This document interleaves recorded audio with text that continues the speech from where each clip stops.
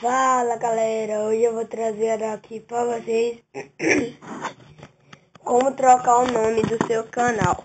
Primeiro vocês vão precisar baixar, como vocês sabem, o Google+, pelo Play Store e o YouTube, qualquer lugar. Você entra no Google+, espera ele carregar uma linha. Aqui ele vai ter essa parte aqui. Você clica nele. Aí nessas três bolinhas aqui do canto você clica. Aí vai ter o nome, editar nome.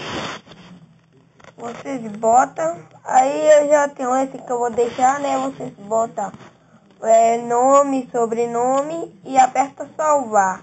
Mas como já tá, né? Então aí você bota, e aqui também você pode editar foto de capa e editar foto do perfil, como vocês estão vendo aqui na minha. Então isso que vocês podem fazer botando pelo Android, botando foto e seu nome pelo Android. Se vocês gostaram, dá um link, um gostei, se inscrevam, é nóis, tudo mais.